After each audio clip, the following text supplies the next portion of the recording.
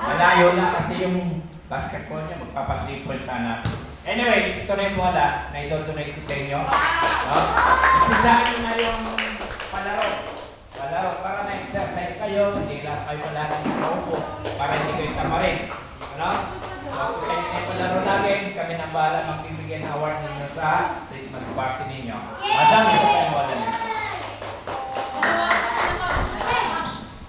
Nung pinapaayos ko itong schedule na to, sabi sa akin ni Sir Nick, parang ngayong araw yata Bible reading sila, paano ba yan?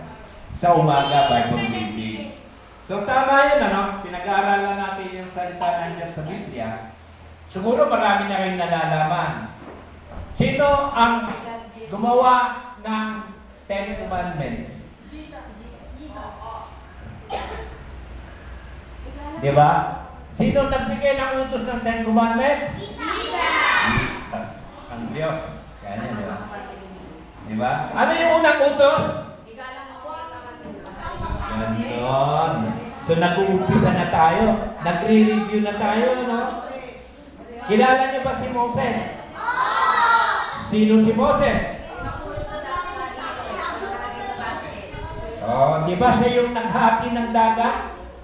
Para makatakas yung mga hinahabol na Israelita.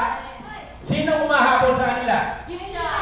Oh, yung mga tauhan ni Pero na gusto sila gawing alipin. Di ba? Gusto sila maging trabahador habang buhay. Di ba? O, ganun yun. Kilala niyo si Joseph the Dreamer? Ha? Ano? Si Joseph the Dreamer, isang Israelita na itinapon, diba? Ibinenta ng mga kapatid. Sino nakabili?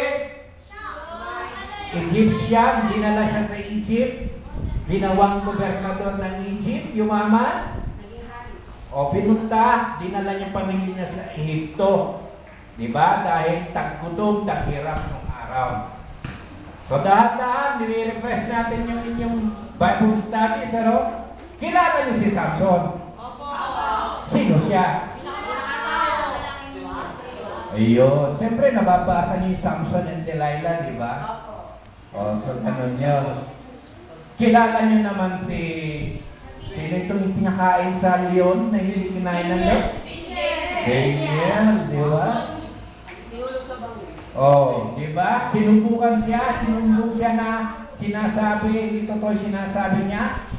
Sabi ng hari, sige dalhin ninyo yan, pakain sa leon, hindi kinain ng leon.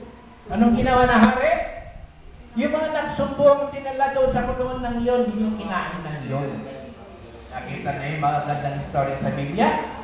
No? Napakaganda. Pagpatuloy ninyong pag-aaral.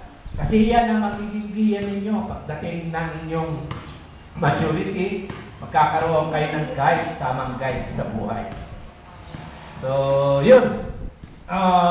Magre-request lang ako na ipabahin natin ang programa natin. Magre-request lang ako, papicture lang tayo dito sa likod. Samahan nyo na lang ako, no? Pag-ambunan nyo ako rito, sama-sama tayo para bago tayo kumain. Picturean nyo na lang ako para dito tayo magpalag at makakain na tayo. Okay? So dito tayo mga bata.